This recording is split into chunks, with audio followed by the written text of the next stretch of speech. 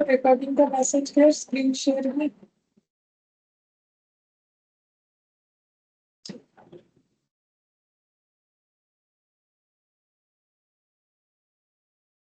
Last class में EOQ जो है ये स्टार्ट किया था, ठीक है।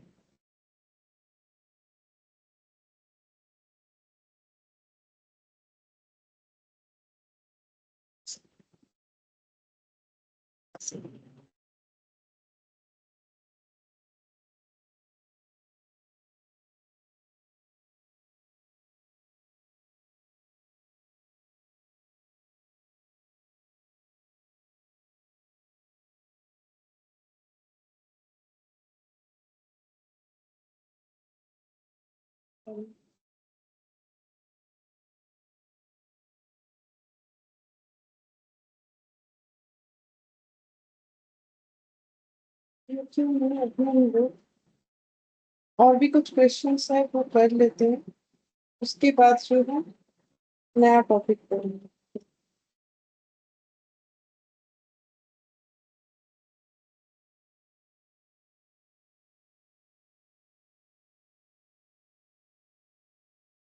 यहाँ पर ये वाला जो है हम लोगों ने स्टार्ट किया था प्रैक्टिकल क्वेश्चन, जिसमें क्वेश्चन नंबर 1 किया था, क्वेश्चन नंबर 2 भी किया था, ठीक है।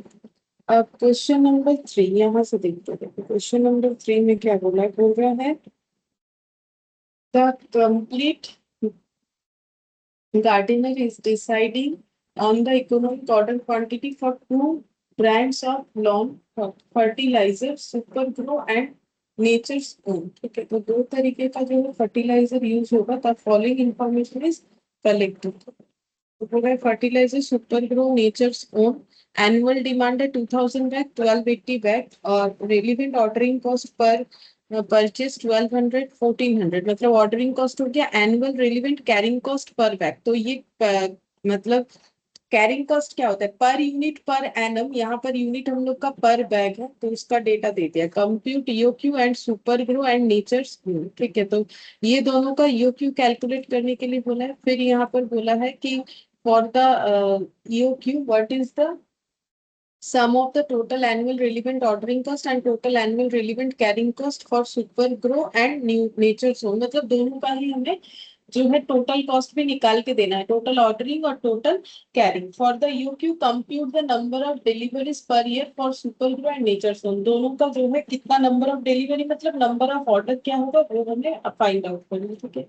तो सबसे पहले हम लोग जो है ईओक्यू निकाल लेते हैं। कंप्यूट ईओक्यू बोला है।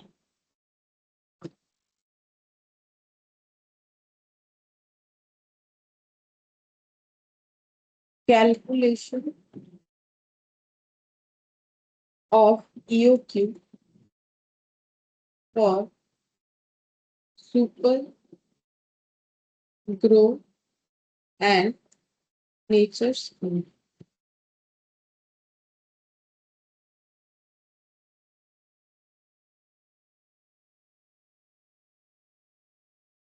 ईओक्यू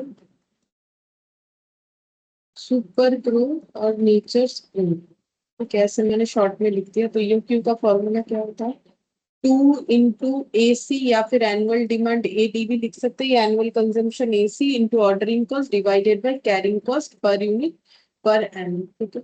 अब ये दोनों में देखते हैं, सबसे पहले सुपर ग्रो में देखते हैं। सुपर ग्रो में क्या दिया हुआ है, 2 into 2000 bag annual demand, 2 into 2000 bag into ordering cost बता दिया 1200, और कैरिंग कॉस्ट है 480। अब ये डायरेक्टली 480 लिख देना पड़ेगा, क्योंकि ये ऑलरेडी परचेज प्राइस के ऊपर, मतलब मटेरियल का परचेज प्राइस के ऊपर कैलकुलेट करके ही दिया हुआ। Annual relevant carrying cost per bag, मतलब एक एक बैग का, तो पर यूनिट पर एनम हो गया, एनुअल मतलब पर एनम इसलिए। और यहाँ पर हो जाएगा 2 into 1280 into 1400, 1280 into 1400 divided by 560, कितना आ रहा है बताओ। number of bags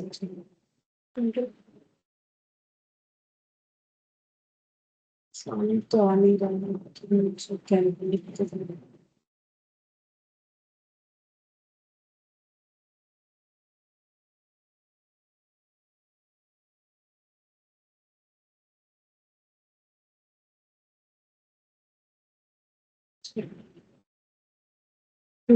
हंड्रेड, पहला वाला 100 आंसर दिया मैंने, ठीक है 100 बैग्स। और सेकंड वाला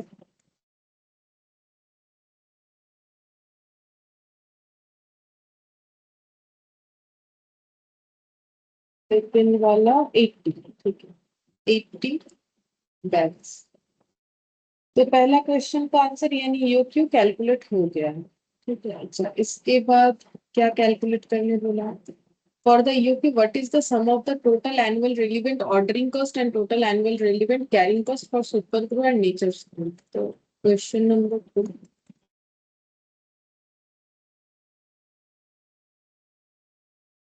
calculation of total annual relevant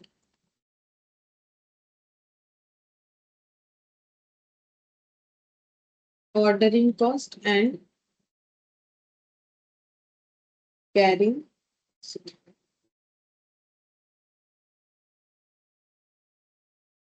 super grow nature's. Ordering cost कैसे निकलेगा? ऑर्डरिंग कॉस्ट निकल जाएगा हम लोग का जितना number of order into ordering cost 1200 और इसके केस में 1400। तो नंबर ऑफ ऑर्डर कैसे निकलता है?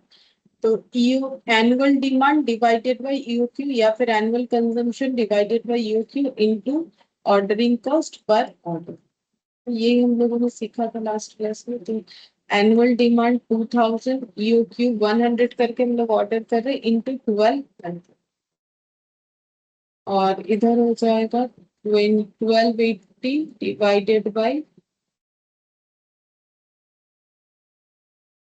80 इंटू ऑर्डरिंग कॉस्ट 1400। कितना है? ये सब यूनिट लेकिन लिखना पड़ेगा, जैसे 2000 बैग्स, 100 बैग्स, 1200 पर ऑर्डर, या फिर ऐड कर कितना हो जाएगा? हाँ 24,000।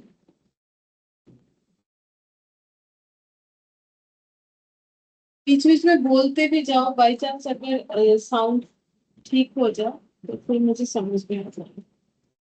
22,000 मतलब व्हाट्सएप में बोलते जाओ, हम लिख रहे हैं। और ओरली भी बोलते जाओ, अगर बाई चांस कनेक्ट हो गया तो पता चल जाएगा। कैरिंग कॉस्ट हमेशा हाफ ऑफ ईओ क्यू पे होता है into carrying cost per unit पर। तो हाफ इंटू ईओ क्यू है 100 इंटू कैरिंग कॉस्ट है इसमें 480 और इसका है 560।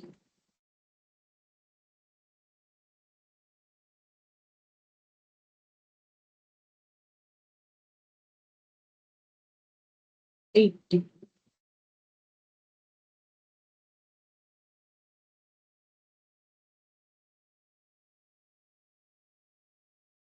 ये तो 24 हो जाएगा और ये 2 और एक 3 जीरो, 24,000। यू क्यों है तो दोनों बराबर ही आना चाहिए, इधर भी 22,400 ही आएगा, बस देख लो आ रहा है कि नहीं। 22,440 और 40 और 560,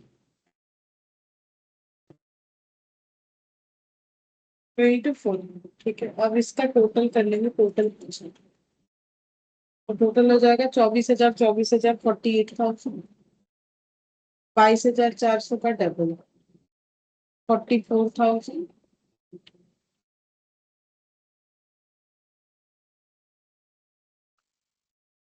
For the EOQ, compute the number of deliveries per year for Supergrow and Nature Spring. Number of deliveries per year.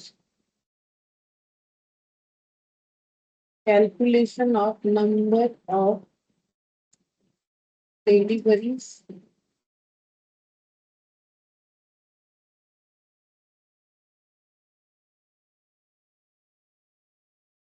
पर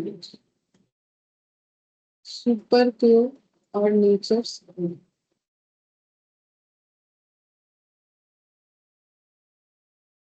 नंबर ऑफ डिलीवरीज कितना होगा, annual demand divided bye UQ, जितना हमारा डिमांड फुलफिल करना है एक बार में हम लोग जितना ऑर्डर कर रहे हैं। तो एनुअल डिमांड है 2000 और 1280, और इसमें हम लोग एट ए टाइम 100 करके ऑर्डर दे रहे हैं, और इसमें हम लोग एट ए टाइम 80 करके ऑर्डर दे रहे हैं।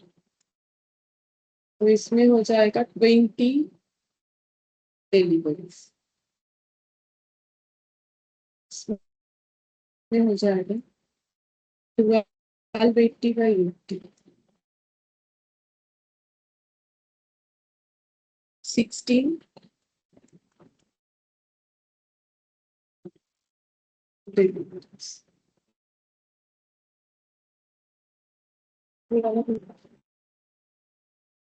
अब नेक्स्ट ये फोर्थ नंबर वाला तो हमारा वो मिनिमम मैक्सिमम लेवल का है, जो अभी तक सीखा नहीं हम लोग, ये वाला कर सकते हैं, फिफ्थ नंबर।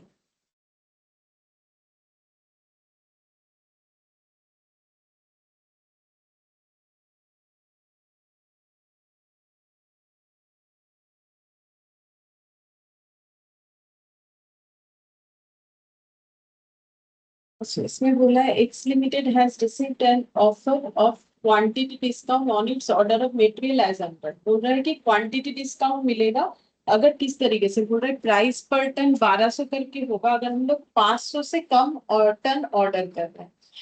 1180 होगा, मतलब थोड़ा और कम हो जाएगा अगर 500 से लेके 1000 के अंदर ऑर्डर कर रहे हैं।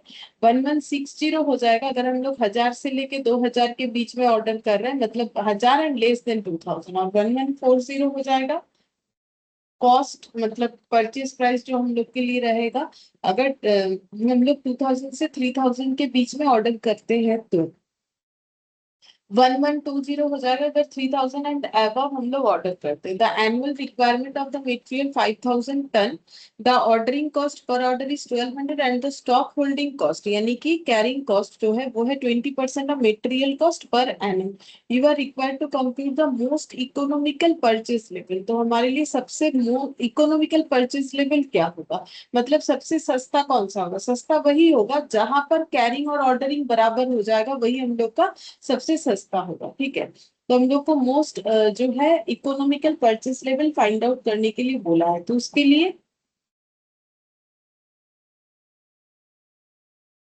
ईओक्यू करना पड़ेगा। ठीक है, अब ईओक्यू निकालने के लिए हमें क्या चाहिए, 2 एनुअल डिमांड जो कि गिवन है 5000 इंटू ऑर्डरिंग कॉस्ट और जो है कैरिंग कॉस्ट हो जाएगा। तो कैरिंग कॉस्ट और ऑर्डरिंग कॉस्ट तो बता दिया है, जैसे ऑर्डरिंग कॉस्ट 1200, कैरिंग कॉस्ट है हम लोग का 20%। लेकिन वो तो डायरेक्टली कर नहीं सकते क्योंकि हम लोग को यहाँ पर कुछ क्वांटिटी डिस्काउंट का भी डिटेल्स दे रखा है कि अगर हम लोग जो है इतना ऑर्डर करेंगे तो हमें इतना डिस्काउंट मिल जाएगा। तो मेरा कैरिंग कॉस्ट हर बार जो है चेंज होता जाएगा, अगर मेरा प्राइस पर टन 1200 है तो कुछ और होगा, 1180 है तो कुछ और होगा। मतलब चेंज होने में मेरा परचेज प्राइस चेंज हो जाएगा, ऑर्डरिंग कॉस्ट और कैरिंग कॉस्ट चेंज हो जाएगा। तो सबसे चीपेस्ट कौन सा है जहां पर ऑर्डरिंग कैरिंग बराबर होगा, तो मुझे देखना पड़ेगा ऑर्डरिंग कॉस्ट और कैरिंग कॉस्ट कौन से वाले ऑर्डर साइज में इक्वल हो रहा है। तो मुझे तीनों कॉस्ट ही देख लेना चाहिए। हम तीनों कॉस्ट ही देख सकते हैं, परचेज ऑर्डरिंग कैरिंग, जिसमें टोटल करने से ये तीनों कॉस्ट जिस ऑर्डर लेवल में सबसे कम होगा उसी पे मुझे ऑर्डर करना चाहिए। ठीक है, तो मुझे क्या क्या कॉलम बनाना पड़ेगा, तो एक तो बन जाएगा एनुअल रिक्वायरमेंट, एक तो देखो परचेज प्राइस का कॉलम, ऑर्डरिंग कॉस्ट का, कैरिंग कॉस्ट का, और एक टोटल कॉस्ट का। ठीक है, इसके अलावा हम दो कॉलम बनाएंगे, एक है एनुअल डिमांड, एक order size, purchase price,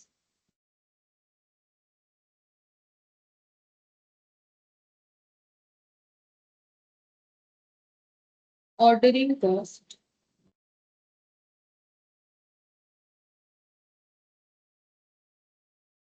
carrying cost, total cost, ठीक है। तो एनुअल डिमांड तो हर एक केस में इक्वल होगा, वो तो फिक्स्ड हो जाएगा ना, 5,000 टन। 5,000 टन ऐसा करके मुझे कितना बार लिखना पड़ेगा, जितना अलग अलग प्राइस है, 1 2 3 4 5, तो 5 बार लिखना चाहिए मुझे।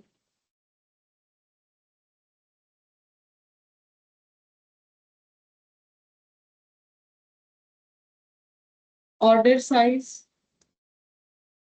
होगा less than 500, 500 and less than. अभी ऐसे क्वेश्चन में ऑर्डर साइज क्या ले, क्योंकि 500 से कम मतलब तो कुछ भी हो सकता है, 0 1 2 3 4 कुछ भी हो सकता है। 500 से 1000 लेस देन 1000, फिर बोला है 1000 से लेस देन 2000। देखो हम लोग कुछ भी ले सकते हैं, जो भी लेंगे हमारा आंसर सेम ही आएगा, ठीक है। मतलब जो ऑर्डर साइज में सस्ता होगा वही आएगा, चाहे हम लोग कोई सा भी यहाँ से डेटा पुट क्यों ना कर ले। जैसे 500 और 1000 के बीच में हम लोग अगर 700 भी पुट करते हैं तो रूल्स ये है कि जो हमें लिमिट दे दिया है, जैसे मिनिमम से लेके मैक्सिमम, मतलब 500 से लेके 1000, 1000 से लेके 2000, तो हम लोग मिनिमम वाला वैल्यू जो है वो लेते हैं क्वेश्चन करने के लिए, यानी इधर 500, 1000, 2000, 3000, ठीक है। मतलब सेकंड वाले से लिखेंगे 500, 1000, 2000 और 3000, ठीक है। और ऑर्डर साइज ये जो है, अब ये लेस देन 500, इसको क्या करें, तो इसको देखो ऐसा डेटा लेना चाहिए ताकि जब कैलकुलेट करेंगे ना तो हम लोग का अप्रोक्सीमेशन ना आए, इस तरीके का कोई डेटा लेना चाहिए, ठीक है। तो 500 से कम हम लोग देखो, 500 से कम क्या हो सकता है, 500 से कम हो सकता है 499, 488, अगर हम लोग एक एक डिजिट करके पीछे जाए तो इस तरीके का जो डेटा है ना, 499, 498, 496, ये सब जो है अप्रोक्सीमेशन ला सकता है। तो हम लोग क्या करेंगे, ये 400 ले लेते हैं, ठीक है। बाकी देखो मैंने बोला कोई भी डेटा लोगे आंसर आ जाएगा, लेकिन सब जीरो वाला डिजिट के साथ है, तो हम 500 से नीचे का जीरो वाला डिजिट 400 ही आएगा, ठीक है, सबसे नियरेस्ट। तो मैंने वो ले लिया, तो ऐसे हमें चूज करना है ताकि हमारा कैलकुलेशन आसान हो, ठीक है। बाकी लिमिट के अंदर कुछ भी लेके करेंगे आंसर में कोई प्रॉब्लम नहीं आएगा। तो जो ऐसा है कि लिमिट दे दी है 500 से 1000, 1000 से 2000, 2000 से 3000, 3000 एंड अबव, तो इसमें तो हमारा जो मिनिमम है वो लेना पड़ेगा, ठीक है, उससे बन जाएगा। और लेस देन 500, 500 से कम, तो फिर मिनिमम वाला इसमें क्या मानेंगे, जो मेरा जीरो वाला वैल्यू होगा, ठीक है। तो फिर मैंने जीरो वाला वैल्यू 400 ले लिया। अब परचेज प्राइस, तो परचेज प्राइस कितना है, पहले वाले केस में 1200, 1180, तो 1200, 1180, 1160, 1140, 1160, 1140 और 1120, 1120। तो ये परचेज प्राइस है, कितना परचेज करना पड़ेगा, 5,000 यूनिट। तो 5,000 यूनिट परचेज करना पड़ेगा, तो परचेज प्राइस कितना हो जाएगा ये हम लोग को निकालना। तो ये तो हो जाएगा 12 और 5 60, मतलब 60 लाख, 60 लाख। तो फिर ये हो जाएगा 118 × 5, 59 लाख।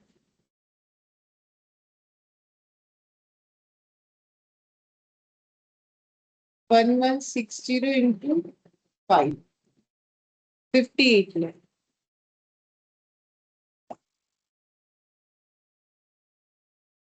58 लाख, ठीक है, 58 लाख। और ये वाला 114 × 5, 57।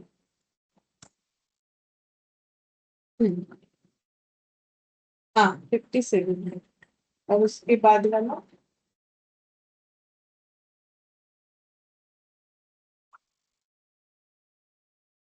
56। अब ऑर्डरिंग कॉस्ट कितना हो जाएगा, ऑर्डरिंग कॉस्ट हो जाएगा जितना हम लोग ऑर्डर करेंगे इनटू जो है ऑर्डरिंग कॉस्ट पर ऑर्डर, ठीक है। तो हम लोग ऑर्डर कितना करेंगे, मेरा एनुअल डिमांड है 5,000, ठीक है। हम एक बार में कितना ऑर्डर करना चाहते हैं, 400, ये वाले केस में, ठीक है। तो मेरा number of order into ordering cost per order, ordering cost तो फिक्स्ड है 1200, तो ये हो जाएगा 1200, ठीक है। अच्छा, फिर इसके बाद 5,000 divided by 500 × 12, 5,000 divided by 1,000 into 12. 5,000 divided by 2,000 into 12. 5,000 divided by 3,000 into 1200। अच्छा, तो पहले वाले केस में देखते कितना आ रहा है। अब इसमें ना अप्रोक्सीमेशन आ जाएगा, ठीक है। तो देखो, मतलब इसका हम लोग चाहे तो एक वर्किंग नोट बना सकते हैं, थोड़ा यहाँ जगह बचा के यहाँ पर बनाएंगे, ठीक है। जैसे 5,000 डिवाइडेड बाई, जब हम लोग 400 कर रहे हैं, ठीक है, तो मेरा कितना आ रहा है पता है, मेरा आ रहा है 12.5। ये देखो 12.5, ठीक है। तो 12.5 जो है ये मेरा ऑर्डर जो है, ऑर्डर तो फ्रैक्शन में हो नहीं सकता है, तो मुझे इसको कितना मानना पड़ेगा, 13 अप्रोक्स एज ऑर्डर। ये लिखना पड़ेगा एग्जाम में भी, कांट बी इन फ्रैक्शन, क्योंकि ऑर्डर जो है वो फ्रैक्शन में हो नहीं सकता है। तो 13 इंटू हो जाएगा 1200, तो मुझे उस हिसाब से आंसर लिखना पड़ेगा। तो 13 इंटू 1200, 15,600। ये आ गया 15,600, ठीक है। तो यहाँ पर हम लोग एक स्टार लगा, तो ये वाला ठीक है, ये तो इजीली डिवाइड हो जा रहा है। ये हम लोग को 100 इंटू 12, मतलब ये हो जाएगा 12,000। तो ये भी हो जाएगा 5 इंटू 1200, 5,000 बाई 1,000,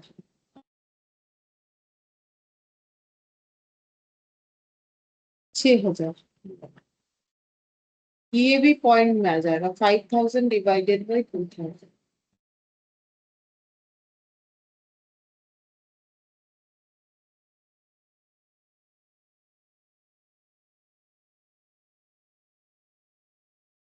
इसमें हो जाएगा 3 से मल्टीप्लाई करना पड़ेगा, 3 ऑर्डर, 3 इंटू 1200, मतलब 3600। 3600। अच्छा, ये वाला आ जाएगा 5,000 बाई 3,000, ये भी एक फ्रैक्शन में आएगा।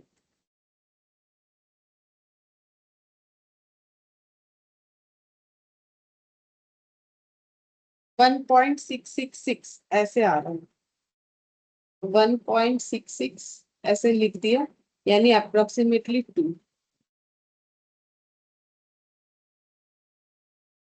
तो 2 इंटू 1200, 2400। अब नेक्स्ट हम लोग निकालेंगे कैरिंग कॉस्ट। तो कैरिंग कॉस्ट कैसे निकलेगा, थोड़ा सा इधर हटा,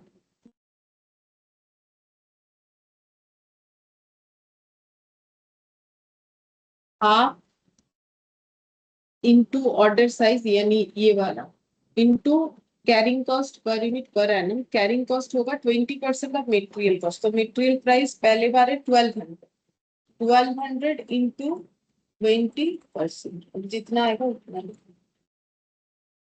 फिर हो जाएगा हाफ इंटू 500 इंटू 1180 इंटू 20%। ये एक एक करके निकालना पड़ेगा, हाफ इंटू 1,000,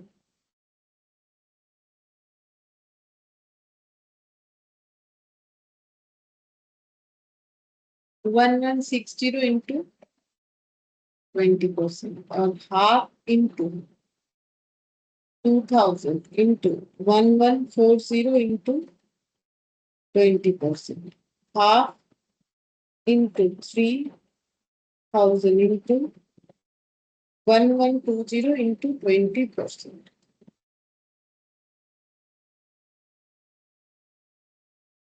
तो ये 200 इंटू 20%, 48,000।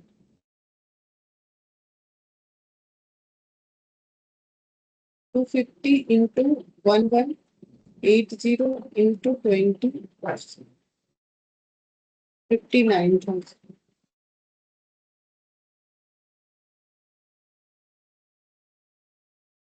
500 into 1160 into 20%, 11 1,16,000.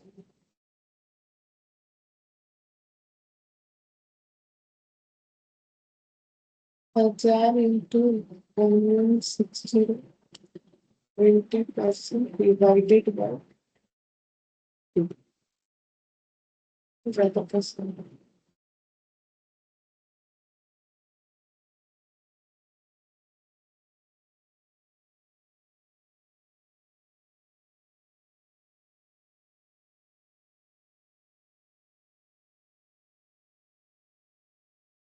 1,16,000.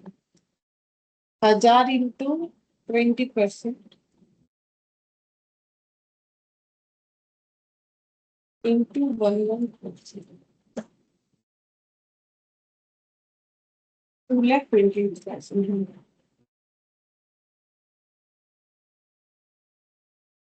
3,36,000. ठीक है, 3,36,000. अब तीनों का टोटल करना है। टोटल का परचेज प्राइस 60,15,600 और 48,000.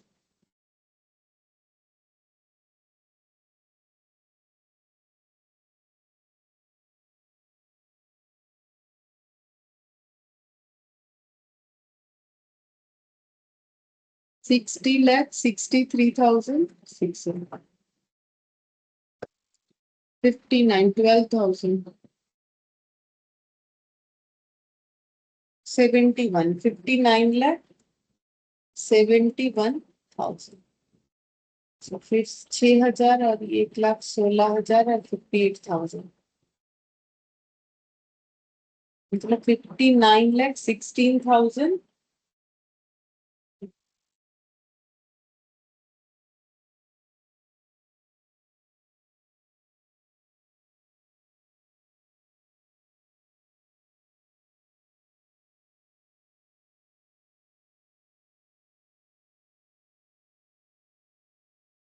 59 में 85,600. बट आंसर बोल रहा है 31,600.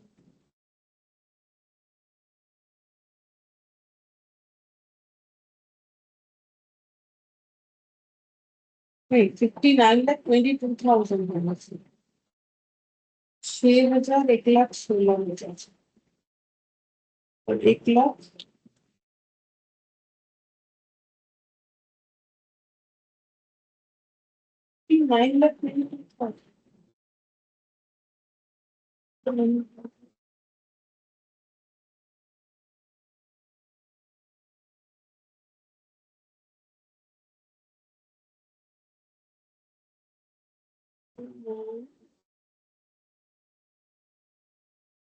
22, 59,22, 1,160. हाँ, ये वाला सही है. 59,22. और इसके बाद 59,31,600. 59,30. ठीक है.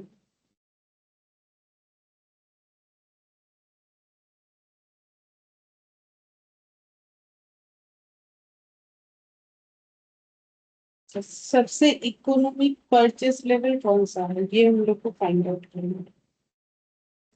तो जहां ऑर्डरिंग कैरिंग कॉस्ट इक्वल होगा, तो देखो कहाँ ऑर्डरिंग कैरिंग कॉस्ट इक्वल है. 15,640, 12,59, 6,000, 1,16,000, 3,600, 2,20,000, 2,400, 3,16,000.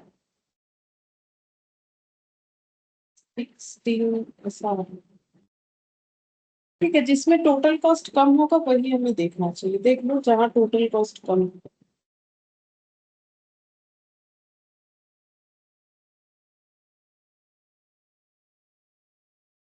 थर्ड वाले.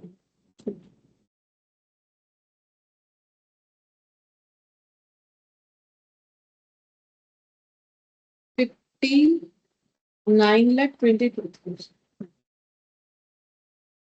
तो इसमें लिखना है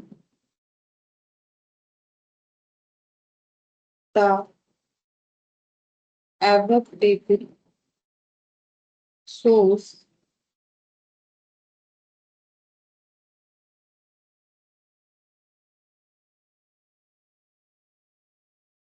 that the total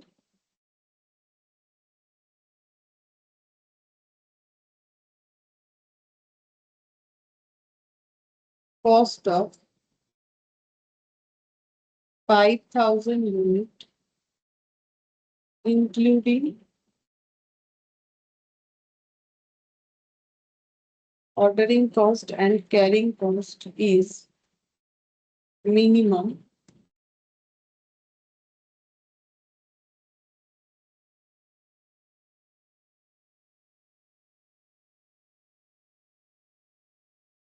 59,22,000 when the order size is 1,000 unit. देखो इस केस में order size 1,000 unit. Hence the most economical, hence the most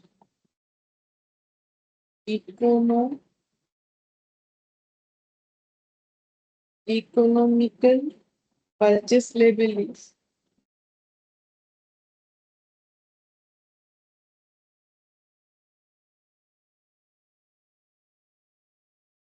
1,000 unit.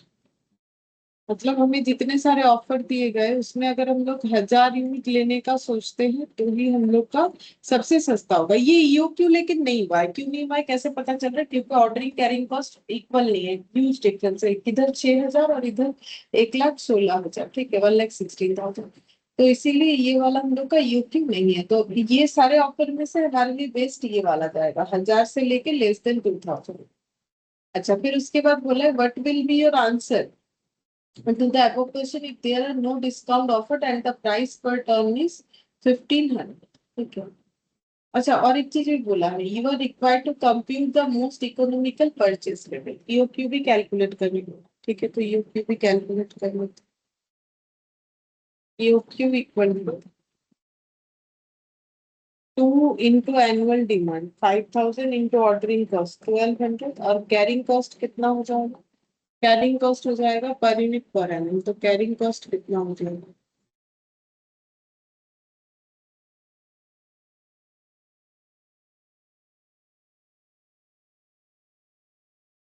20% लगेगा।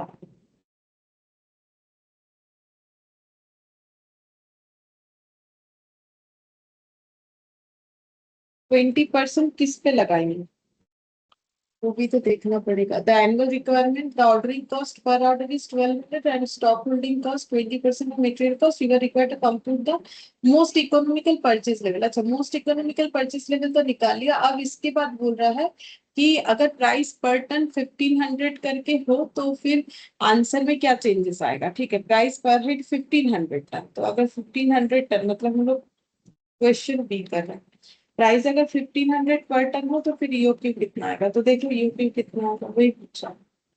ऊपर लिख देना है calculation of EOQ if discount is not available.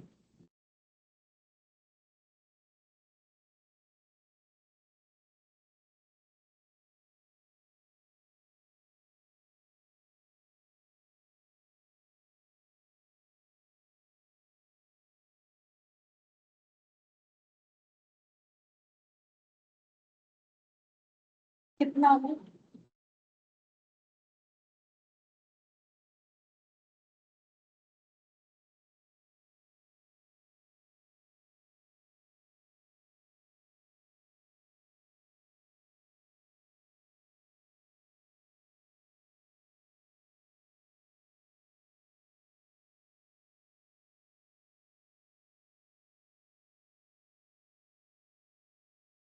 40,000 इसका रेट 200 यूनिट। ठीक है, तो अगर हम लोग इकोनॉमिक मतलब ईओक्यू के हिसाब से ऑर्डर प्लेस करना चाहते हो तो ये 200 यूनिट होगा। ये वाला answer. What will be your answer to the above question if there is no discount? अगर डिस्काउंट नहीं दे रहे। Most economical purchase level unit is 200। Most economical purchase unit हो जाएगा 200 ठीक है। और अगर हम लोग ईओक्यू नहीं फॉलो करते हैं तो हम लोग डिस्काउंट ऑफर में लेना चाहेंगे तो हमारा मोस्ट इकोनॉमिकल जो परचेज ऑर्डर है वो हो जाएगा 1000।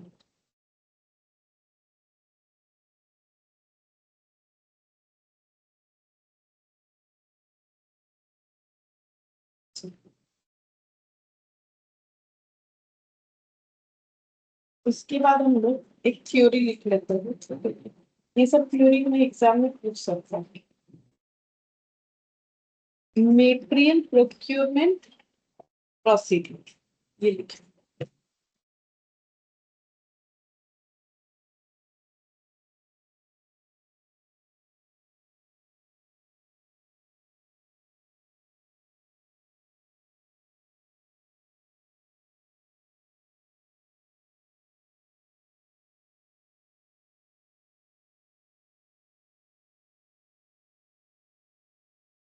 कैसे करके हम लोग मेटेरियल प्रोक्योरमेंट प्रोसेस फॉलो करें।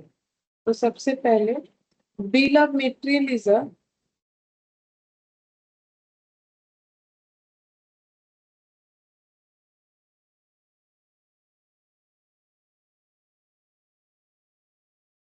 a list of raw material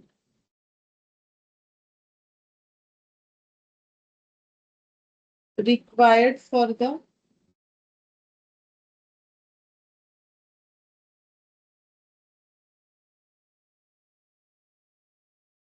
production of finished goods.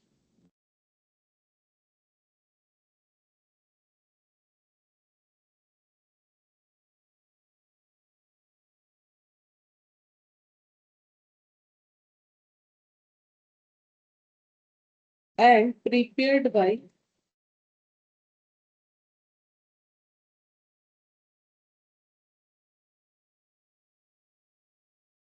product department team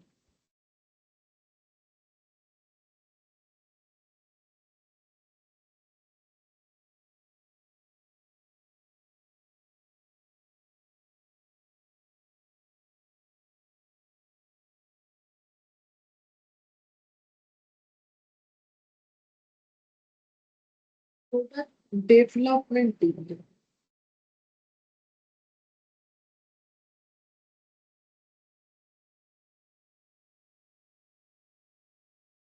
called engineering or planning department.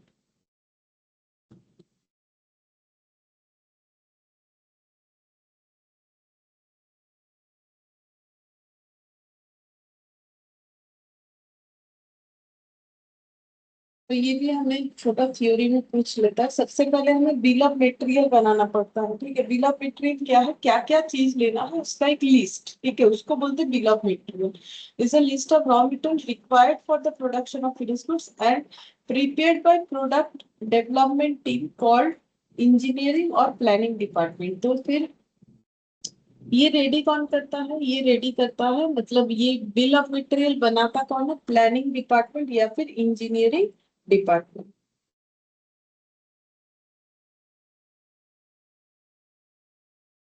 Next लिखेंगे in this way we define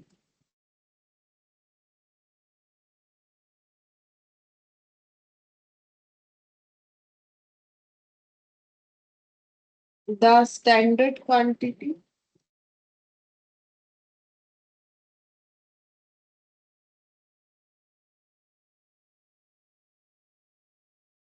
of raw material required for the production of unit of finished goods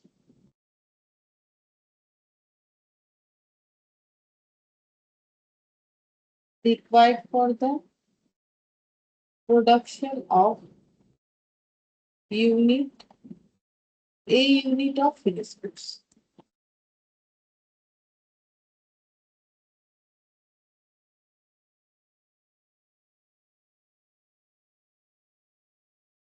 तो ये मैंने लिखा है कि इन this वे, इस तरीके से define the standard quantity of raw material required. तो हम लोग ये पता कर सकते हैं कि हमें कितना रॉ मटेरियल का जरूरत है फॉर द प्रोडक्शन, प्रोडक्शन के लिए of a unit of finish goods, मतलब एक यूनिट फिनिश गुड्स बनाने के लिए कितना रॉ मटेरियल का जरूरत होगा वो भी हम लोग आइडेंटिफाई कर सकते हैं इस तरीके से, ठीक है। अच्छा फिर नेक्स्ट देखो, In short,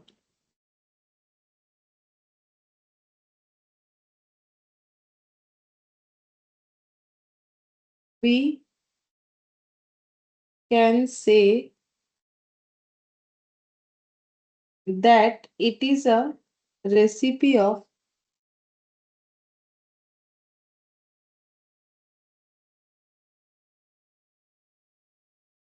making finished goods.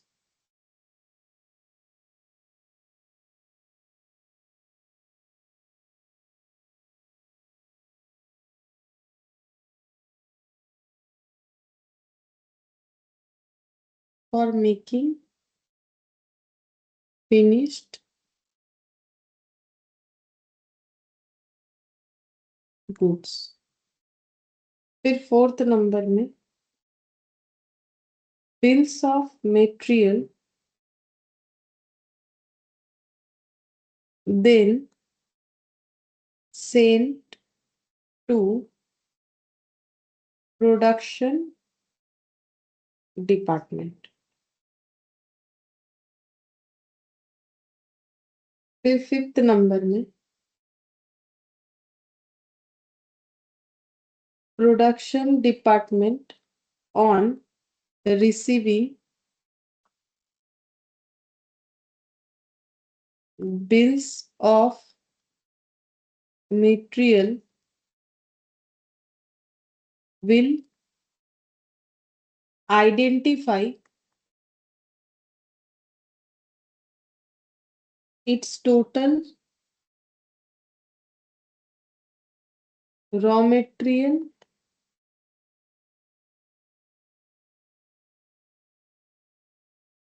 requirement for production of finished goods. पहले लिख लेते हैं फिर समझा देंगे. फिर सिक्स्थ नंबर में this raw material requirement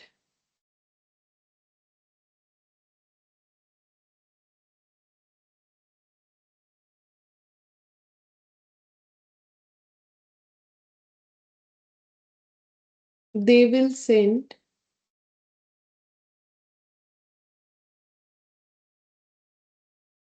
to the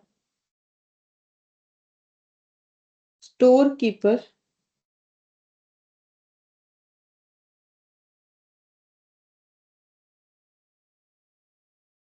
where all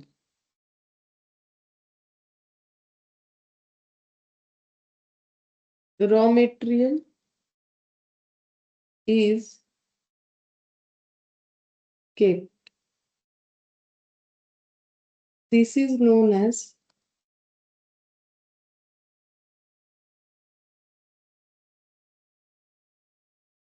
material requisition note. Material requisition note.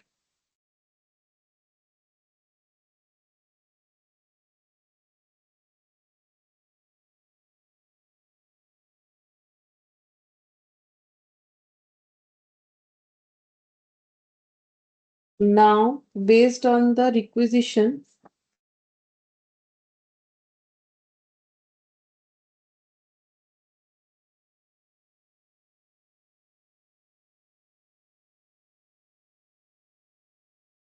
storekeeper will check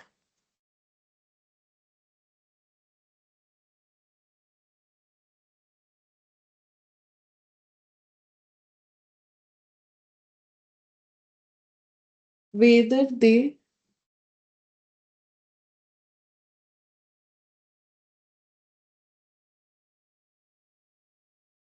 have have the required material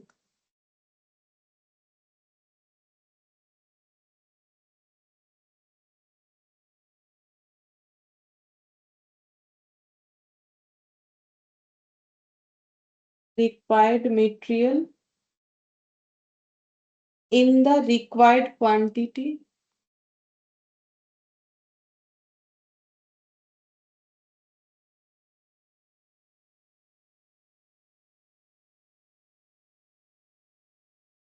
और they have to purchase it,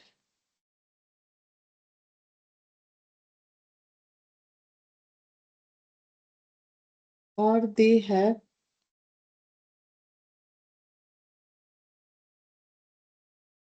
to purchase it.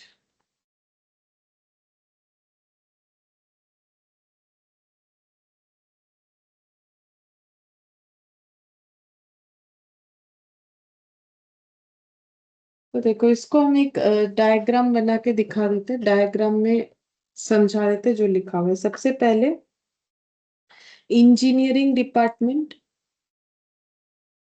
Engineering और planning, engineering और planning department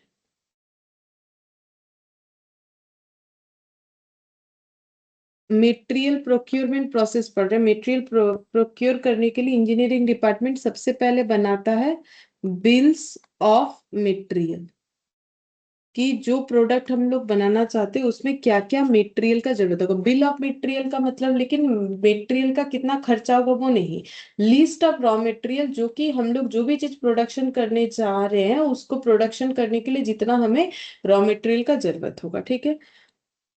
फिर ये bill of material ready जब हो जाएगा तो इसको कहाँ भेज दिया जाएगा, तो इसको नेक्स्ट डिपार्टमेंट में भेज दिया जाएगा जिसको बोला जाता है प्रोडक्शन डिपार्टमेंट।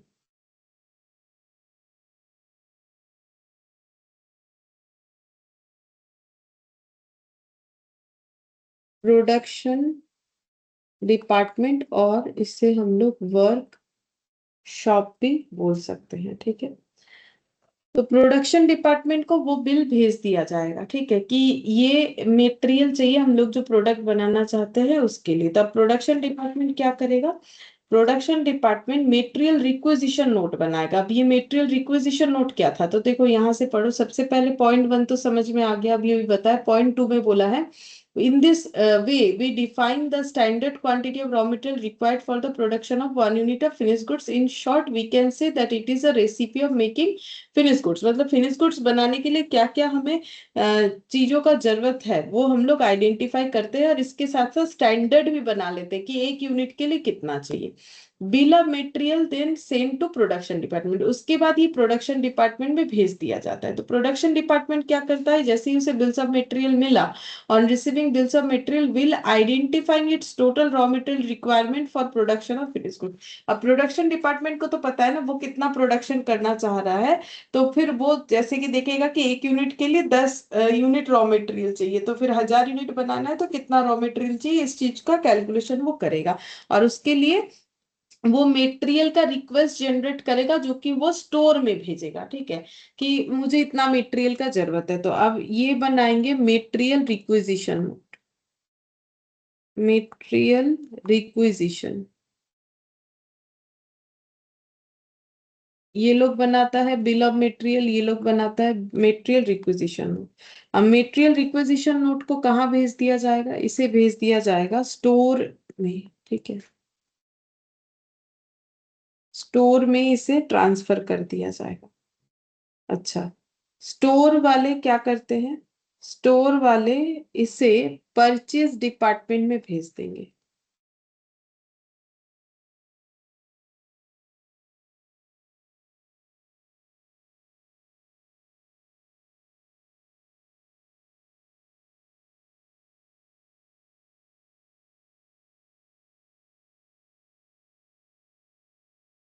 परचेज डिपार्टमेंट क्या करेगा, परचेज डिपार्टमेंट जो है इसे सप्लायर को भेजेगा।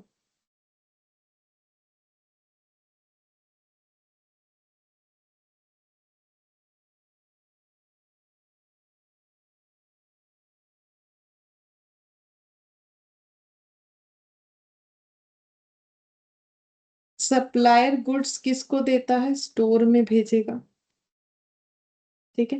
ये हम बताते हैं फिर लाइन बाय लाइन करके। फिर से एक बार देख लो, बोल रहा है कि सबसे पहले तो प्लान करना पड़ेगा कि हम लोग क्या प्रोडक्ट बनाना चाहते हैं और उसके लिए क्या मटेरियल लगेगा। ये काम करता है प्लानिंग डिपार्टमेंट या इंजीनियरिंग डिपार्टमेंट। अब वो जो प्लान दिमाग में रख रहा है उसको जिस जगह पे लिखता है, जहां लिख रहा है उस डॉक्यूमेंट को बोलते हैं बिल्स ऑफ मटेरियल। फिर जैसे बिल्स ऑफ मटेरियल रेडी हो गया वो भेज देता है प्रोडक्शन डिपार्टमेंट बनाने में इतना मटेरियल चाहिए, तो जितना हम लोग बनाना चाह रहे हैं उसके लिए कितना मटेरियल चाहिए। तो वो कैलकुलेट करने के बाद अब मटेरियल है कि नहीं वो पता करने के लिए मटेरियल कितना है, मटेरियल का रिक्वेस्ट भेज देता है स्टोर में, क्योंकि स्टोर में मटेरियल रहता है। और स्टोर चेक करके अगर जरूरत पड़ा तो वो खरीदने का अगर जरूरत है, जैसे अगर स्टोर में अवेलेबल है तो अच्छा बात है, अगर स्टोर में अवेलेबल नहीं है मतलब कम है, तो फिर खरीदने के लिए वो परचेज डिपार्टमेंट को रिक्वेस्ट जनरेट कर देता है कि भाई मटेरियल परचेज कर लो, ठीक है। तो परचेज डिपार्टमेंट फिर क्या करता है, purchase department purchase order generate करेगा, किसको, सप्लायर को, ठीक है।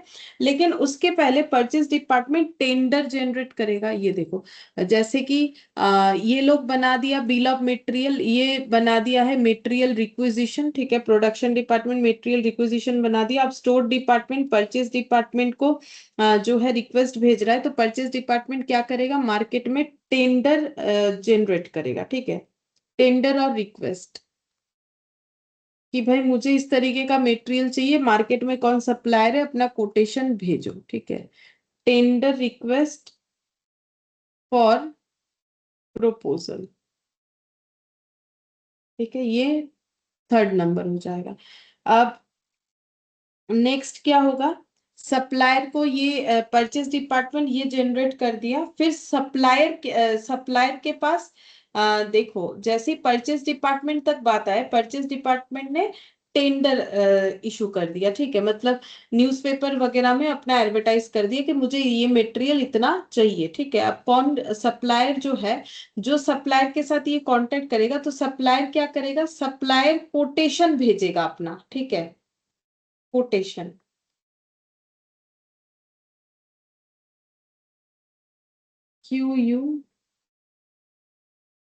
QUOTATION, कोटेशन भेजेगा सप्लायर, ठीक है। अब कोई भी एक सप्लायर, बहुत सारे सप्लायर कोटेशन भेजेंगे, जिसमें से हमें जो पसंद आएगा, पसंद आने का मतलब है सप्लायर को कैसे चूज किया जाता है, उसका हिस्टोरिकल बैकग्राउंड, उसका फाइनेंशियल साउंड कंडीशन, ये सब क्राइटेरिया जो लास्ट क्लास पढ़ा था, वो सब देखने के बाद परचेज डिपार्टमेंट अपने हिसाब से सप्लायर चूज करेगा और उसे परचेज ऑर्डर जो है देगा, ठीक है, कि मुझे सामान भेजो, ठीक है, मुझे रॉ मटेरियल भेजो।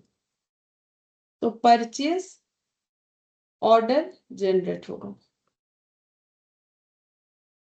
परचेज ऑर्डर जनरेट होगा, ये हो गया fifth number point, purchase order generate होगा। उसके बाद सप्लायर क्या करेगा, उसके बाद सप्लायर अकाउंटिंग डिपार्टमेंट के साथ लिंक करेगा।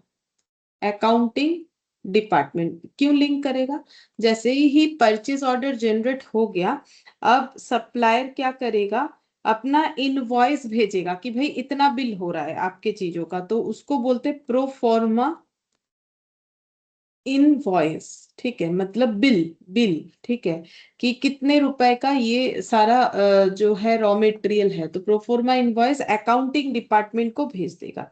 फिर अकाउंटिंग डिपार्टमेंट क्या करेगा, अकाउंटिंग डिपार्टमेंट पेमेंट कर देगा सप्लायर को, इधर से इधर कर दिया मैंने यार, ठीक है, सप्लायर को पेमेंट कर देगा, ये नंबर 6 हो जाएगा, ये नंबर 7 हो जाएगा। और उसके बाद सप्लायर फिर एक फ्रेश इनवॉइस भेज देगा, ठीक है। प्रोफोर्मा इनवॉइस और इनवॉइस में थोड़ा सा फर्क होता है, देखो प्रोफोर्मा इनवॉइस अगर कंसाइनमेंट याद है तो वहां हम लोग पढ़ते थे, प्रोफोर्मा इनवॉइस का मतलब होता है कि क्या क्या स्टॉक भेजा जा रहा है, जैसे कंसाइनर प्रोफोर्मा इनवॉइस बना के कंसाइनी को देता है कि देखो हम ये सारे स्टॉक आपको भेज रहे हैं, ठीक है। तो वैसे ही यहाँ पर भी सप्लायर क्या क्या रॉ मटेरियल कौन से रेट का कितने क्वांटिटी में भेज रहा है उसका डिटेल्स भेजता है, वो होता है प्रोफोर्मा इनवॉइस। फिर वो देख के अकाउंटिंग डिपार्टमेंट पेमेंट कर देता है सप्लायर को, तो फिर वो बिल मांग लेता है कि भाई मैंने पेमेंट कर दिया बिल दे दो, तो वो हो गया इनवॉइस, ठीक है। जैसे ही ये सब बात क्लियर हो गया, फिर सप्लायर क्या बोलेगा, अब स्टॉक भेजेगा, गुड्स डिलीवर करेगा। तो गुड्स डिलीवर जो करेगा वो कहाँ होगा, स्टोर में गुड्स जो है लाया जाएगा, ठीक है। तो अब ये देखो, यहाँ पर हो जाएगा गुड्स डिलीवर्ड विथ इनवॉइस, ठीक है। इनवॉइस के साथ गुड्स डिलीवर हो जाएगा। जैसे ही गुड्स नोट देना पड़ेगा सप्लायर को। सप्लायर को क्या देगा? Goods receipt note. ठीक है, कि हाँ मुझे ये स्टॉक रिसीव हो चुका है। ठीक है, तो ये हो जाएगा 10th नंबर पॉइंट। फिर 11th नंबर में क्या होगा कि ऐसा हो सकता है कि मान लो कुछ मटेरियल रिटर्न करना पड़ा, हो सकता है कि सप्लायर को रिटर्न करना पड़ा, तो स्टोर से ही रिटर्न हो जाएगा। अगर ऐसा हुआ तो ये पॉइंट जनरेट होगा, अदरवाइज नहीं जनरेट होगा। ठीक है, तो यहाँ पर मटेरियल रिटर्न नोट देना पड़ेगा अगर मटेरियल रिटर्न हो रहा है तो। मटेरियल रिटर्न नोट,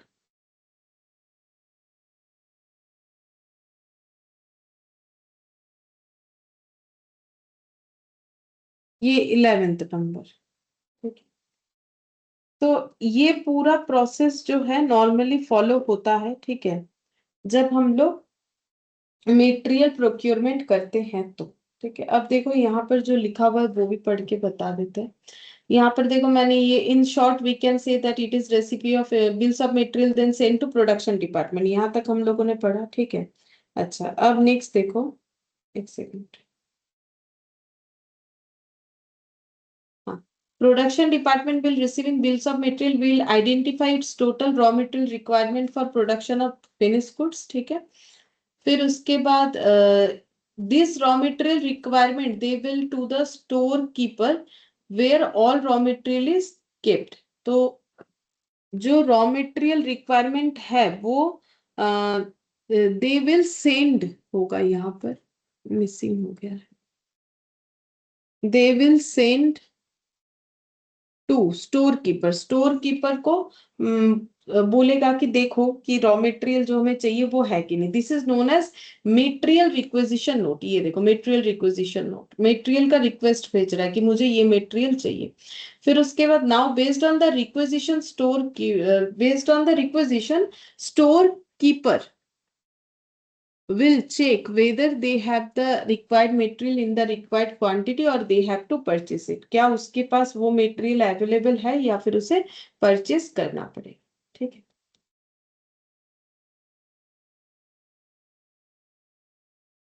और बाकी यहाँ पर देखो ये जो डायग्राम है ये याद रहने से बाकी चीज हम लोग इसमें ऐड ऑन कर करके और भी लिख सकते हैं। मटेरियल प्रोक्योरमेंट प्रोसीड्यूर बोलने से नॉर्मली इतना लिखने से ही होता है, और ये अगर डायग्राम बना दोगे तो उसके बाद का भी हम लोग जो पॉइंट है वो बना सकते हैं। कि उसके बाद परचेस डिपार्टमेंट को रिस्पॉन्सिबिलिटी दिया जाता है कि परचेस करो, तो परचेस डिपार्टमेंट पहले टेंडर जनरेट करता है, फिर कोटेशन रिसीव करता है सप्लायर से, फिर अपने हिसाब से सप्लायर चूज करके उसे परचेस ऑर्डर देता है। सप्लायर प्रोफोर्मा इनवॉइस के साथ अकाउंटिंग डिपार्टमेंट को भेज देता है प्रोफोर्मा इनवॉइस।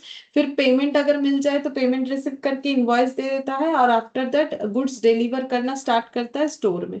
और अगर बाई चांस रिटर्न हुआ तो रिटर्न हो जाएगा। और अगर और जैसे गुड्स रिसीव्ड होता है तो गुड्स रिसीव्ड नोट देना पड़ता है। ठीक है, तो ये सब मतलब हमें ना छोटा छोटा चीज पूछ लेता है कि गुड्स रिसीव नोट मतलब GRN क्या होता है। ठीक है, तो अगर हमें कंसेप्ट पता होगा तो समझने में आसानी होगा।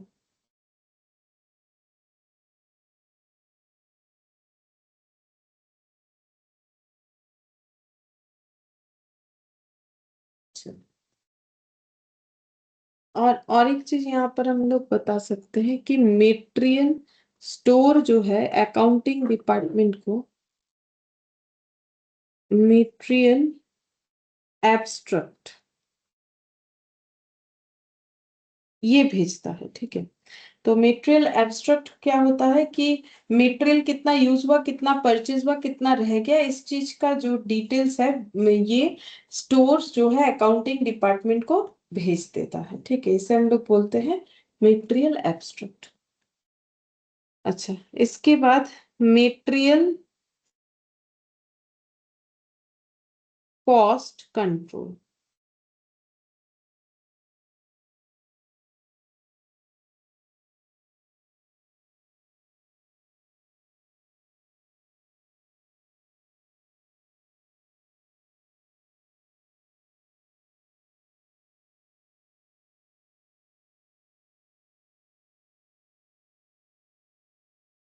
the act of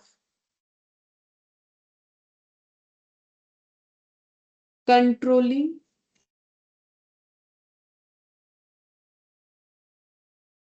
the material cost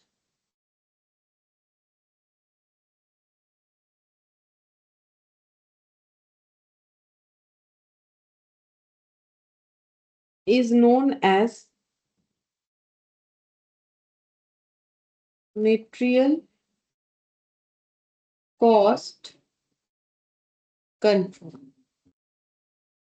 Here, actual material cost is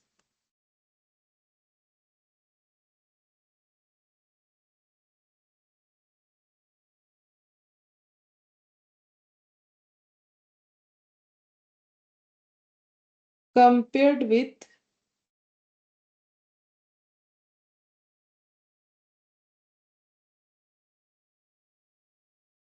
budgeted material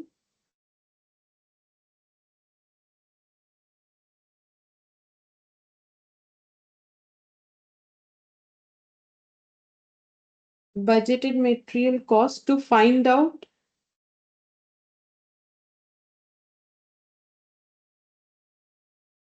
deviation and corrective measures are to be taken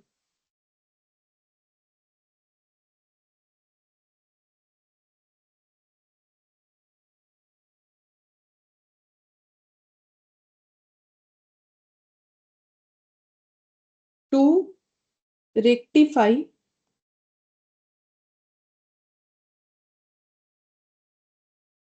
those these deviations.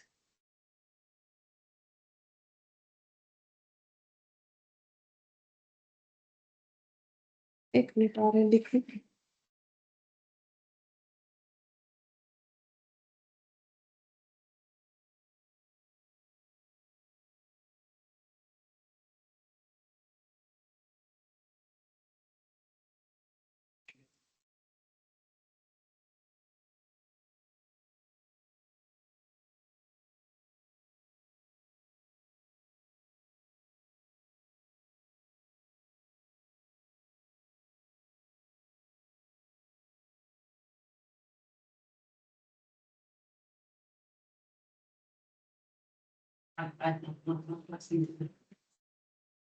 अच्छा देखो मेटेरियल कॉस्ट कैसे कंट्रोल होता है।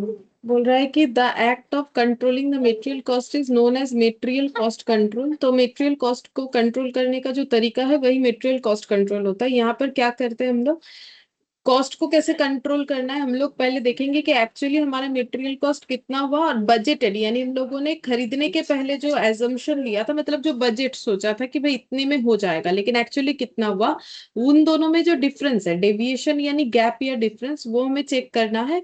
और ज्यादा हुआ तो क्यों हुआ, उसके लिए हमें करेक्टिव मेजर्स लेना पड़ेगा। ठीक है, जो डेविएशन है उसे सही करने के लिए हमें करें। अब देखो ज्यादा होने से भी लेना पड़ेगा, कम होने से भी लेना पड़ेगा, इसलिए ताकि हम लोग आगे जाके हमारा बजट जो हम लोग बना रहे वो सही बनाए। जैसे हमने सोचा था 10 रुपए में मिलेगा, मिला 8 रुपए, तो इसका मतलब हम लोग ओवर प्राइस्ड सोच रहे हैं, तो फिर हमें उसको ठीक कर लेना चाहिए। तो ये चीज बोल रहा है।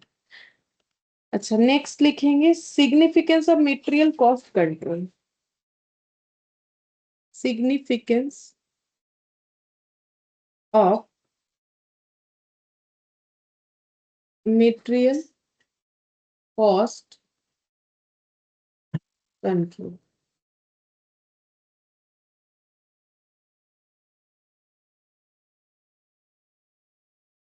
क्वालिटी कॉस्ट कंट्रोल करते वक्त हमें ये देखना है कि क्वालिटी कॉम्प्रोमाइज ना हो। कॉस्ट कंट्रोल करने के लिए हम लोग क्वालिटी खराब नहीं कर सकते। ठीक है, इसी चीज को हमें और भी दो तीन मतलब लैंग्वेज करके लिख देना है। ठीक है, हम मेन मेन पॉइंट लिखते रहे।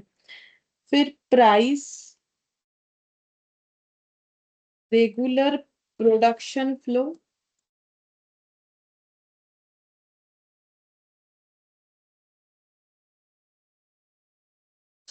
Maintain stock, maintain stock out quantity,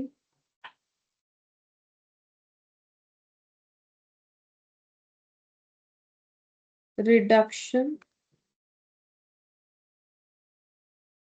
in wastage.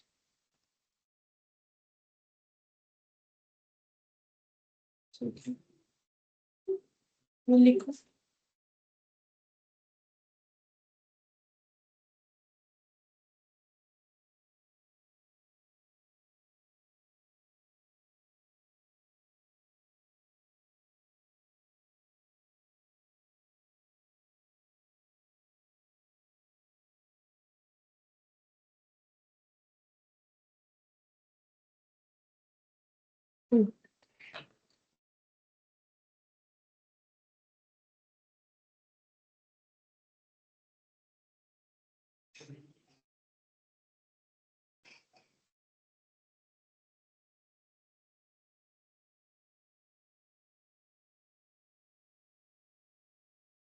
Significance of material cost control. तो मटेरियल कॉस्ट कंट्रोल करने का जरूरत क्यों है? ताकि हम लोग अपना मटेरियल का क्वालिटी, मतलब मटेरियल कॉस्ट कंट्रोल करने का मतलब ये ना है कि हम लोग क्वालिटी खराब कर ले। पहला, क्वालिटी का मतलब, प्राइस का मतलब है ताकि हम लोग अपना जो सेल प्राइस है उसे सही तरीके से डिसाइड कर पाए, ठीक है, कि कॉस्ट को कंट्रोल, ताकि कॉस्ट अगर ओवर हो जाए, ठीक है, तो फिर हम लोग का प्राइस भी क्या हो जाएगा, बढ़ जाएगा। रेगुलर प्रोडक्शन का फ्लो रहे, वो भी हमें देखना है। मतलब हमें इतना ऐसा सस्ता मटेरियल ले लिया, कोई पहली बार मार्केट में आया, बहुत सस्ते में मटेरियल दे रहा है, हम लोगों ने ले लिया, ठीक है। अब क्या हुआ कि अब वो और सप्लाई नहीं दे पा रहे उतने सस्ते में, ठीक है, तो हम लोग का प्रोडक्शन फ्लो क्या हो जाएगा, खराब हो जाएगा, क्योंकि हमें रॉ मटेरियल का सप्लाई नहीं मिलेगा। अच्छा, फिर बोल रहा है मेंटेन स्टॉक आउट क्वांटिटी। हमें स्टॉक आउट होने से जो है देखना पड़ेगा कि स्टॉक आउट ना हो, ठीक है, इस चीज का ध्यान रखना पड़ेगा। रिडक्शन इन वेस्टेज करना पड़ेगा। अगर हम लोग मटेरियल को जब प्रोसेसिंग में यूज कर रहे हैं तो हम वेस्टेज थोड़ा बहुत अगर नॉर्मल हो रहा है तो ठीक है, उसको नॉर्मल लॉस बोलते हैं, वैसे भी उसे वेस्टेज बोलते नहीं है। तो अगर हम लोग का मटेरियल लॉस हो रहा है, ठीक है, तो हम लोग कैसे कॉस्ट को कंट्रोल करेंगे? ज्यादा अगर मटेरियल फालतू का लॉस होगा तो फिर हमारा कॉस्ट तो बढ़ेगा, ज्यादा ज्यादा मटेरियल खरीदना पड़ेगा। मैंने सोचा था 10 किलो में काम हो जाएगा और मेरे वर्कर ने तो 2 किलो मटेरियल ऐसे ही बर्बाद कर दिया, तो मुझे फिर से खरीदना पड़ेगा, तो कॉस्ट कहाँ से कंट्रोल होगा? ठीक है। तो ये हो गया। तो इस पॉइंट को लेकिन हमें जो है इसमें थोड़ा ऐड ऑन करके लिखना पड़ेगा, जैसे कि क्वालिटी, प्राइस। क्वालिटी के साथ ऐसे चाहो तो लिख सकते हो quality of final product. Final product का क्वालिटी एज इट इज रहना चाहिए, ठीक है, मतलब उसमें कोई खराब नहीं होना चाहिए क्वालिटी। प्राइस जो है मटेरियल का वो भी बहुत सिग्निफिकेंट जो है पार्ट होगा, क्योंकि उसी के ऊपर हमारा प्रोडक्ट का जो है प्राइस वो डिपेंड करेगा।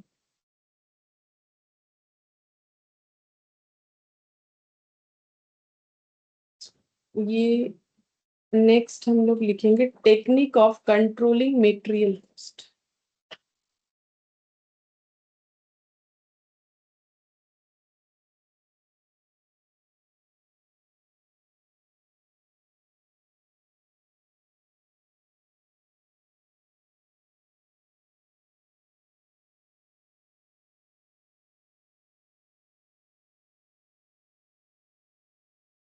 Point one, control over material purchase procedure.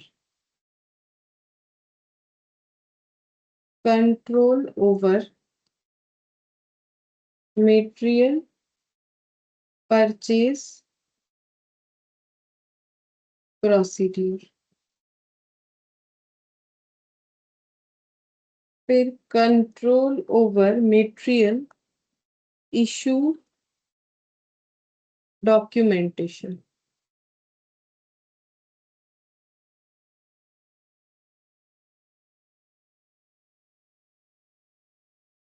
Control over material accounting procedure.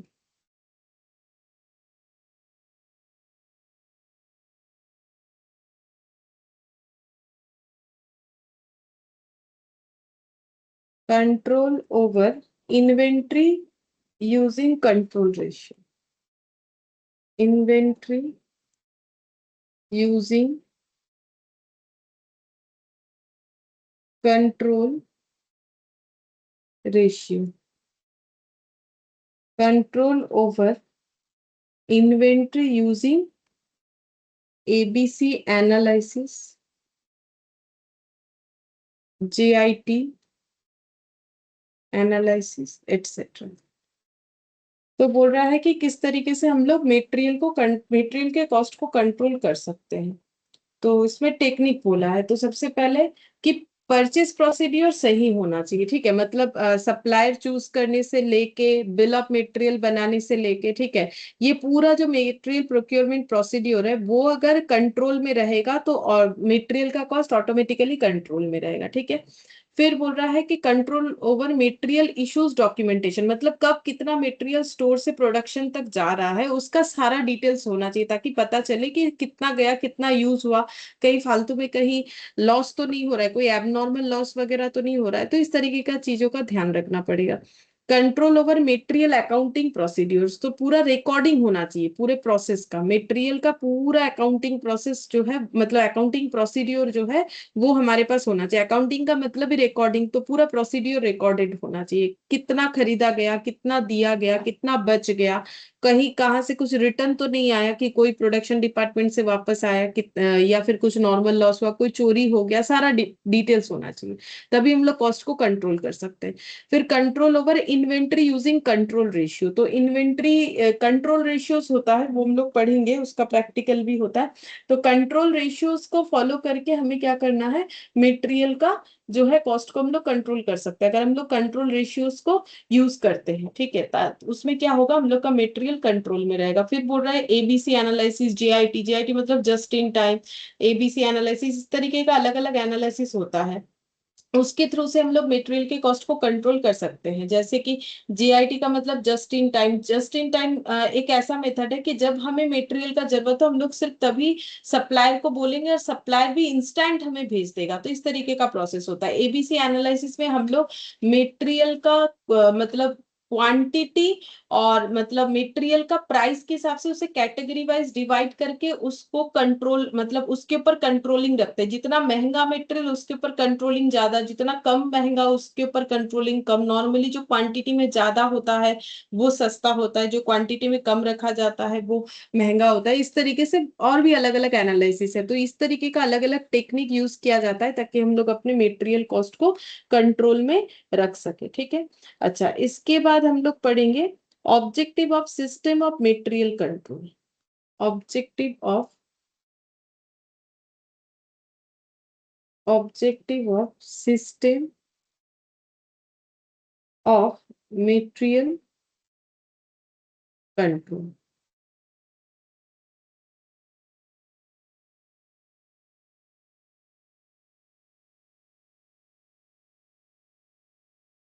हम लोग क्यों मटेरियल कंट्रोल करते हैं, मटेरियल का कॉस्ट, ठीक है, कंट्रोल का मतलब यहाँ पर कॉस्ट का ही बात हो रहा है। Minimising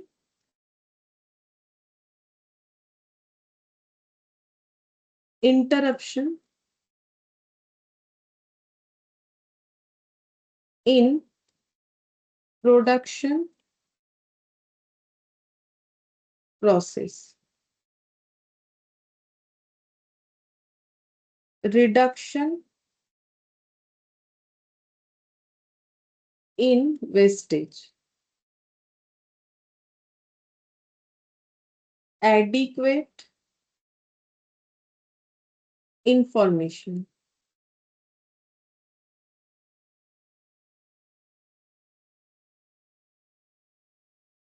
completion of order in time, optimization of material cost।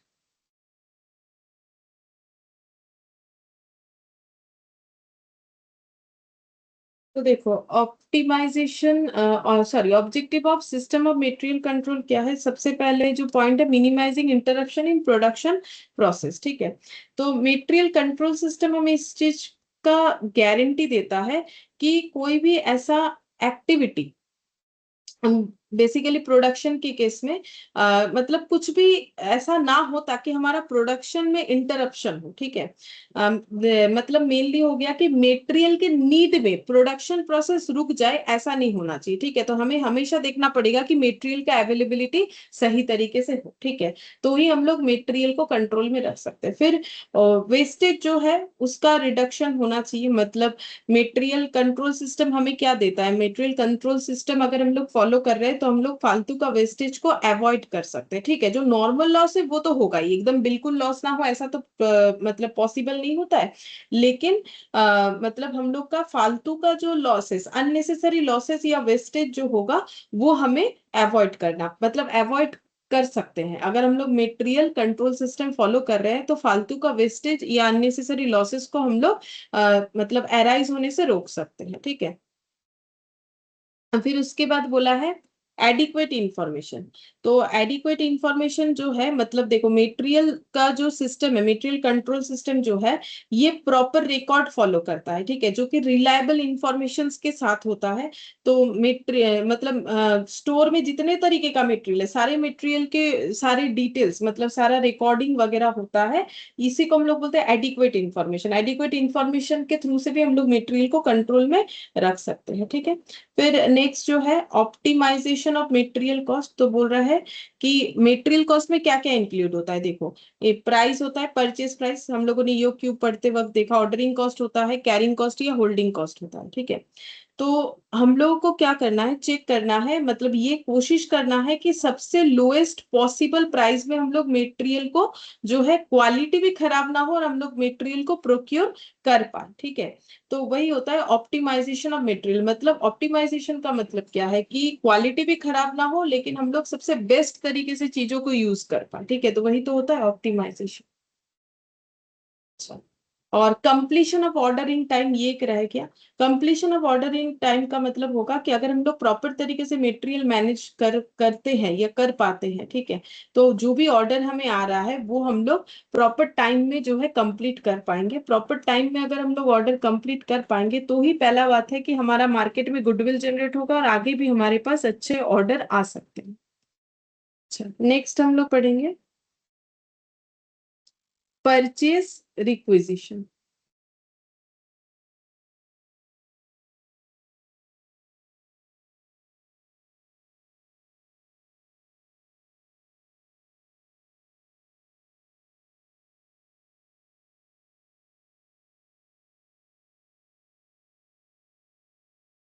Purchase requisition, a purchase requisition is a form used for making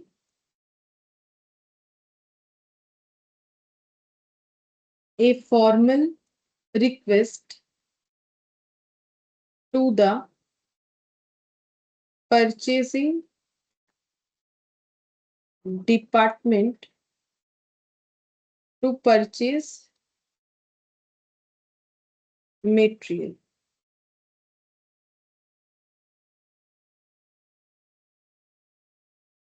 Purchase requisition are usually initiated by, तो परचेस का जो फॉर्मल रिक्वेस्ट जनरेट होता है वही purchase requisition होता है। यहाँ पर भी देख सकते हो परचेस रिक्विजिशन, ठीक है।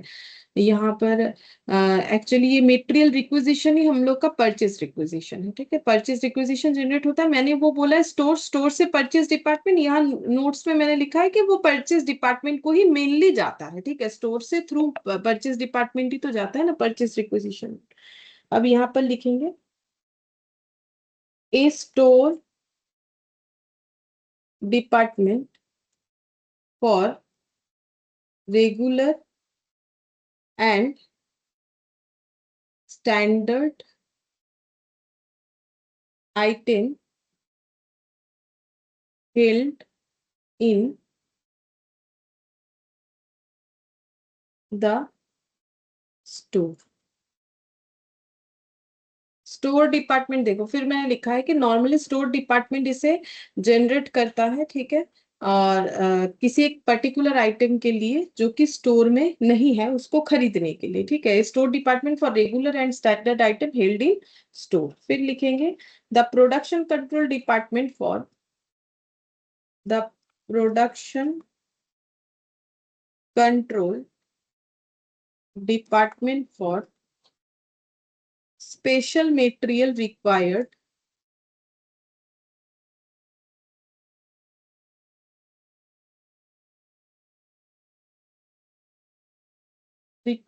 for specific job.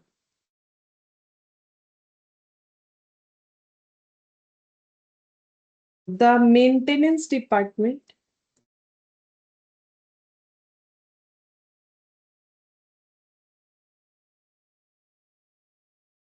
for maintenance equipment and item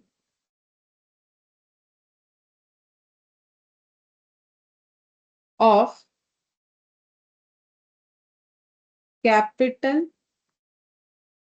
expenditure. The heads of department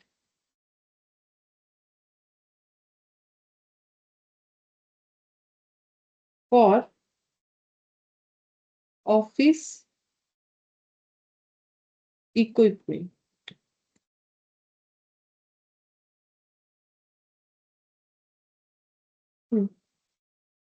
देखिए बोला है कि परचेस रिक्विजिशन जो है एक ऐसा फॉर्म है जो कि फॉर्मल रिक्वेस्ट जनरेट करने के लिए यूज किया जाता है परचेस डिपार्टमेंट को कि ये मटेरियल का जरूरत है, ये खरीदो, ठीक है। Purchase requisition are usually initiated by, ठीक है।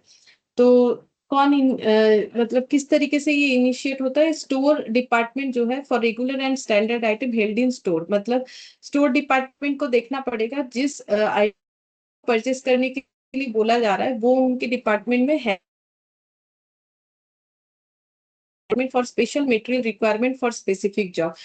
मतलब ये कोई regular item, regular raw material है या फिर कोई स्पेसिफिक जॉब आया है, स्पेसिफिक जॉब ऑर्डर है जिसके लिए कोई स्पेशल मटेरियल रिक्वेस्ट जनरेट हुआ है प्रोडक्शन डिपार्टमेंट के तरफ से, वो देखना पड़ेगा। तब उस हिसाब से वो लोग सोचेंगे, देखेंगे कि उनके पास अवेलेबिलिटी है कि नहीं है, ठीक है। उसके बाद the maintenance department for maintenance equipment and item of capital expenditure। maintenance department जो है वो equipment और item of capital expenditure इस चीज को maintain करेगा।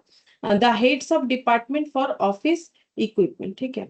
और ऑफिस इक्विपमेंट के लिए जो है मतलब यहाँ पर जो ऑफिस इक्विपमेंट मतलब देखो एक एक के बाद एक होगा ना। जैसे ऑफिस मतलब ये अकाउंटिंग डिपार्टमेंट का बात हो रहा है, जैसे खरीदने का बात आता है स्टोर से परचेज, फिर सप्लाई, फिर अकाउंटिंग, ठीक है।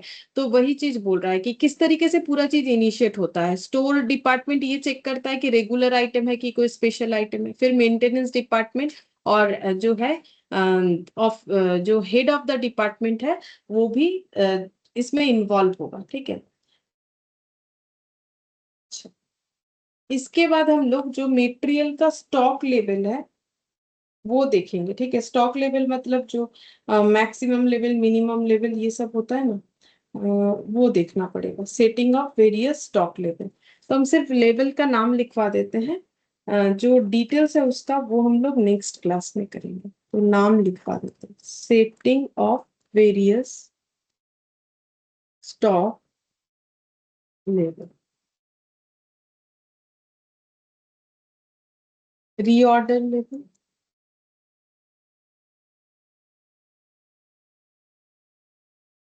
Maximum stock level, minimum stock level, average stock level, danger stock level.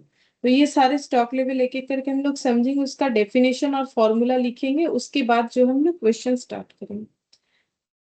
ठीक है, आज हम लोग इतना ही करते हैं, बाकी नेक्स्ट क्लास में करेंगे।